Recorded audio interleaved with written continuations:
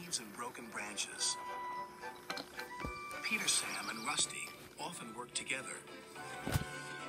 One day, Rusty helped Peter Sam to a water tower.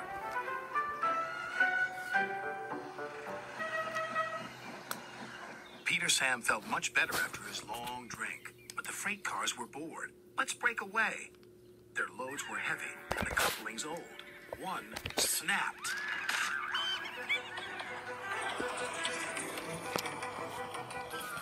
Faster, faster, shouted the freight cars. A sign read slow, steep bends and ravine ahead, but the silly cars never saw it. Then, it was too late.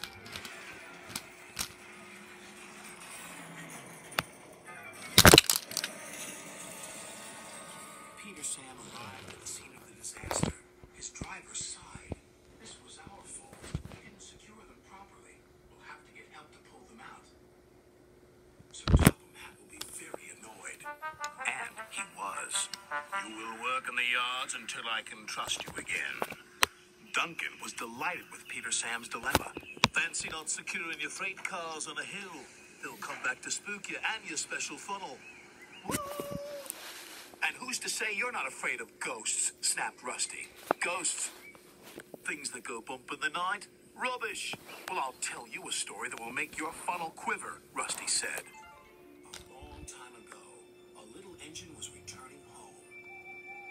It was a misty, moonlit night. Suddenly, the engine lost control and plunged over the side into the swamps below.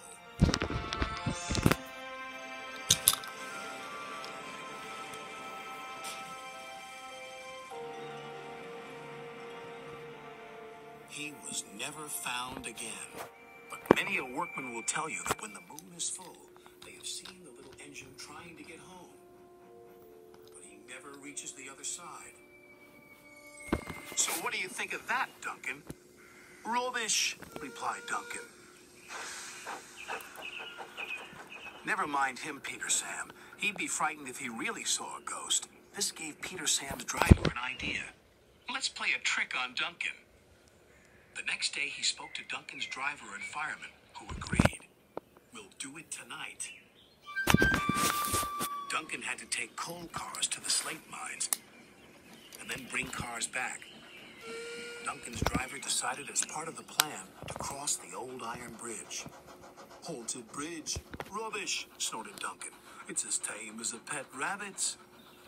But all the same, he kept thinking about Rusty's story.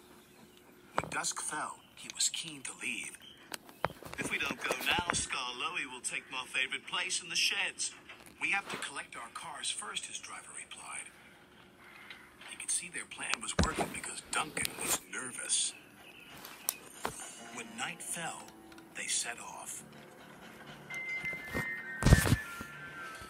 The mists were rising around the old iron bridge. Duncan whistled, and the sound echoed everywhere.